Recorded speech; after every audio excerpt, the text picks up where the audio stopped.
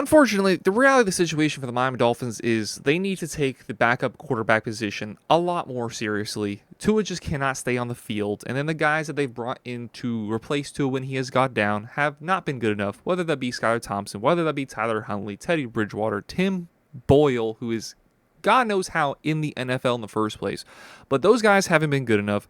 Tua has not been healthy enough. And then it has resulted in the Dolphins losing a lot of games that have affected them later on in the season because Tua couldn't play. I'm going to be breaking down the potential guys that Miami Dolphins could bring in as backup quarterback, and we're going to be doing quite a few videos of positions the Dolphins could fill and players that could fill those positions. But just for backup quarterback, to start it off, I'm just going to go straight into who I think would be the best option for the backup quarterback position, and that is Justin Fields. Justin Fields is a little counterintuitive to what you think of when you try to bring in a backup quarterback. When you try to bring in a backup quarterback, usually you try to bring in a guy that has comparative abilities to your starting quarterback, and with Tua Tagovailoa, that is a precision passer, that is somebody who is incredibly accurate, that can run an offense as more of a point guard than somebody who's trying to lead the offense on his own, make plays on his own. That is not what Tua is. That is not what he's done in his career.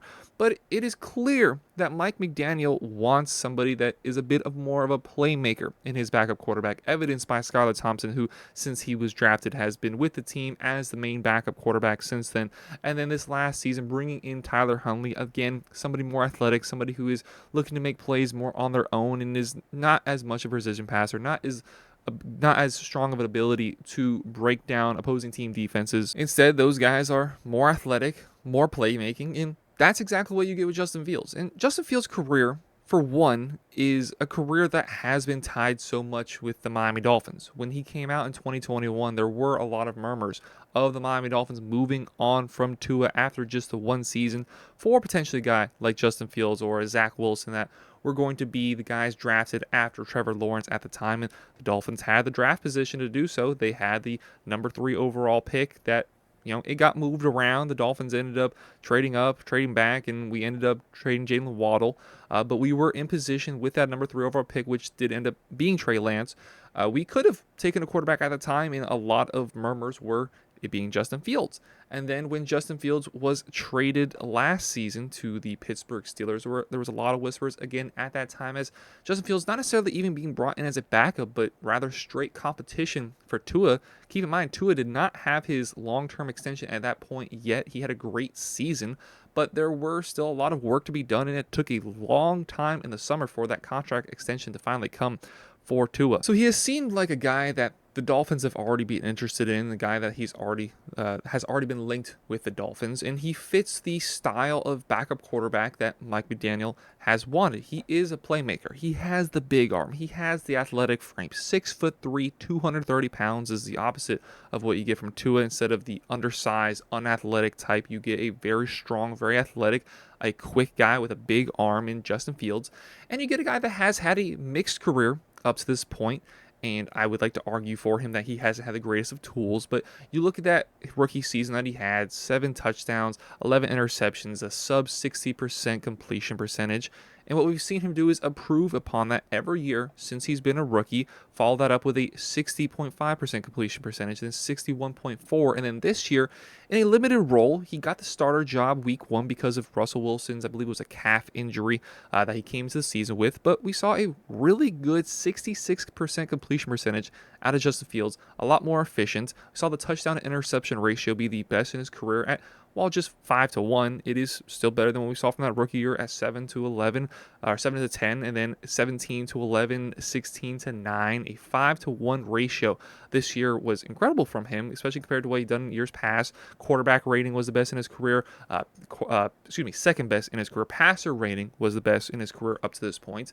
And we saw him in a much better situation here with the Pittsburgh Steelers, a offense that understood how to get the best out of Justin Fields. Did not ask him to read defenses, did not ask him oftentimes to go to his 3rd or 4th read. They allowed him to use his wheels and allowed him to target his primary receiver a whole heck of a lot, and that was George Pickens. In a better situation, he got better. And we saw that in college as well with Ohio State. Every year he got better from his freshman year at Georgia to his final season at Ohio State, finishing above 70% completion percentage, threw over 60 touchdowns with Ohio State and just 9 interceptions while he was a Buckeye. Got to the national championship in 2021. There is so much talent available in this guy that has been untapped so far in his NFL career.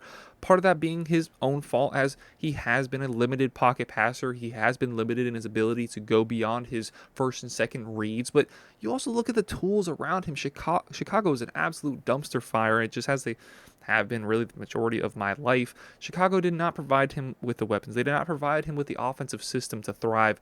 And then we saw him in Pittsburgh, and Arthur Smith basically came out and said, or reports came out and said, that he would rather continue to play with Justin Fields, but was kind of had his hand forced to go to Russell Wilson.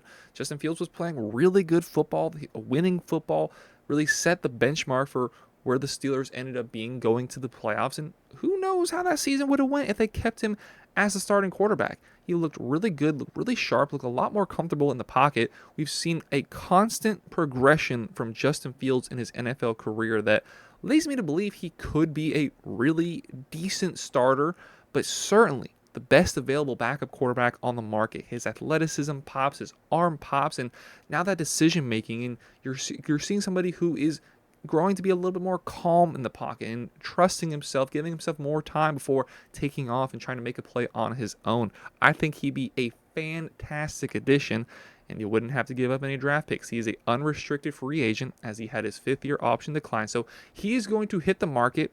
I'm not quite sure what you're looking at as a number that he will be going after, but you're probably going to have to spend above the $5 million we're accustomed to spending on guys that aren't going to be seen on the field. And what I mean by that is you look at the defense last year of 1 and 2 year contracts. There was not a lot of money to be spent there. And the Dolphins have been really cheap at the backup quarterback position in general. So there's not been a lot of money allocated to guys that weren't expected to have big roles. But Justin Fields, how good of a player he is, and the inability for Tua to stay on the field. I mean, how many seasons in his quarterback career has he had where he's played through the entire season? It doesn't happen, and that happened again this year, and ultimately it probably was the reason why the Dolphins missed the playoffs. Very winnable games early on in the year that we dropped because Tua didn't play. Justin Fields comes into those games. At the very least, you're probably looking at 2-2, probably looking at 3-1 with the games we dropped early on there in the beginning of the season.